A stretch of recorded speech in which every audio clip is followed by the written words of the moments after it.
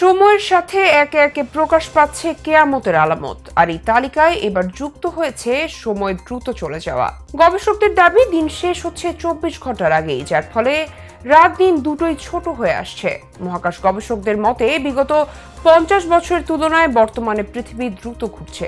অনেকেই এই ঘটনাকে কেয়ামতের অন্যতম আলামত বলেও জোর দাবি করছেন। আর এই দাবির পেছনে রয়েছে বিশ্বনবীর একটি বাণী, যে বাণীতেই সময় সংকুচিত হওয়াকে কেয়ামতের আলামত বলে উল্লেখ করা হয়েছিল। চলুন তাহলে জেনে নেওয়া যাক কেন হঠাৎ বেড়ে গেছে পৃথিবীর গতি। তবে কি সত্যি ঘনিয়ে আসছে কেয়ামত?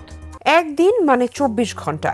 সময়ের এই মাপকাঠি আমাদের সবারই জানা। পৃথিবী নিজ অক্ষের চারদিকে একবার ঘুরে আসতে যে সময় নেয় সেই হিসেবেই একদিন গণনা করা হয়। আর এখানেই তৈরি হয়েছে জটিলতা, যার ফলে চিন্তার ভাঁজ পড়েছে বিজ্ঞানীদের কপালে। International earth rotation and reference সার্ভিসের পর্যবেক্ষণে বলা হয়েছে পৃথিবী 24 ঘন্টার কম সময়ের মধ্যে ঘূর্ণন শেষ করছে। বর্তমানে পৃথিবী 24 ঘন্টার 0.5 মিলি সেকেন্ডের কম সময় নিয়ে ঘুরছে। ফলে 24 ঘন্টা থেকে 0.5 মিলি সেকেন্ড কমে গেছে। সময়ের এই সামান্য পরিবর্তন সাধারণ মানুষের জন্য তেমন সমস্যা সৃষ্টি না করলেও বিজ্ঞানীরা বিষয়টি নিয়ে রীতিমতো চিন্তিত। কেননা 1970 সাল থেকে 2016 সাল পর্যন্ত মোট 27 লিপ সেকেন্ড যুক্ত করতে হয়েছে অ্যাটমিক ঘড়িতে, কারণ সে সময় পৃথিবী ধীরে ঘুরছিল, কিন্তু এবার ঘুরছে জোরে। ফলে এবার কি একটি নেগেটিভ লিপ সেকেন্ড যোগ করতে হবে? এই প্রশ্নের এখনো কোনো উত্তর দেননি বিজ্ঞানীরা। তবে পৃথিবীর আহ্নিক গতির সময় কেন কমে আসছে, এটি একটি বড় প্রশ্ন।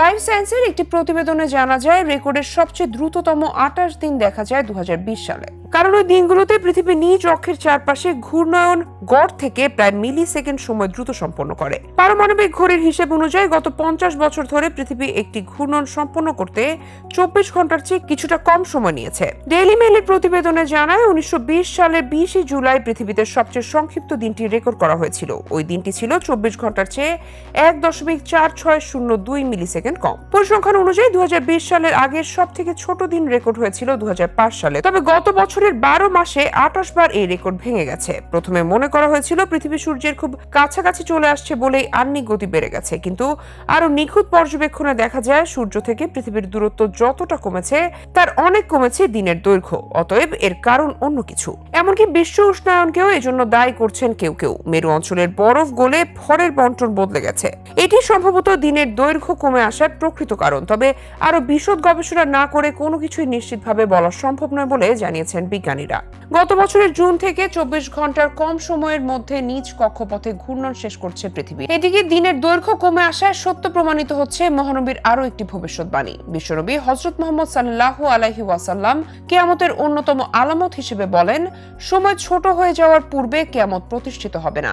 এক বছরকে এক মাসের সমান মনে হবে, এক মাসকে এক সপ্তাহের সমান মনে হবে, এক সপ্তাহকে এক দিনের মতো মনে হবে এবং এক দিনকে এক ঘন্টার সমান মনে হবে। ইতিমধ্যে মহানবীর এই বাণী সত্য প্রমাণিত হয়েছে। এদিকে সময় সংকুচিত হয়ে আসার প্রসঙ্গে মাদ্রাসাতুল ইনসাফের পরিচালক জানান, কিয়ামতের একটি অন্যতম আলামত হলো সময় সংকুচিত হয়ে যাবে। এর দুটি অর্থ, একটি হলো সময়ের বরকত কমে যাওয়া, আরেকটি বিষয় হলো সময়ের মান কমে যাওয়া। যেমন মাস চলে যাবে দ্রুত, দিন চোখের নিমেষে পার হয়ে যাবে এমন। বিজ্ঞানীরা এখন যা গবেষণা পাচ্ছেন তা আমাদের নবীজি অনেক আগেই বলে গেছেন। রাসূল সাল্লাল্লাহু আলাইহি ওয়াসাল্লাম যে ভবিষ্যৎবাণী করেছেন আমরা তার মধ্য দিয়ে পার হচ্ছি বলে মন্তব্য করেছেন বিশিষ্ট আলেমরা। কেউ কেউ বলছেন ইমাম মাহদীর যুগের সময় ছোট হয়ে আসবে, কেননা তখন মানুষের মাঝে চরম সুখ শান্তি বিরাজ করবে। সুখ শান্তি ও আনন্দের মুহূর্তের সময় দীর্ঘ হলেও খাটো মনে হয়, আর দুঃখ কষ্টের মুহূর্তের সময় অল্প হলেও তা অনেক লম্বা মনে হয়। আবার অনেক আলেমের মতে কিয়ামতের আগে প্রকৃতভাবে সময় খাটো হয়ে যাবে এবং তা দ্রুত চলে যাবে। সেই হিসেবে এই আলামতটি এখন অনেকটাই প্রকাশ্য। সব মিলিয়ে পৃথিবীর এই দ্রুত ঘূর্ণনকে কিয়ামতেরই অন্যতম আলামত বলে জোর দাবি করা হচ্ছে।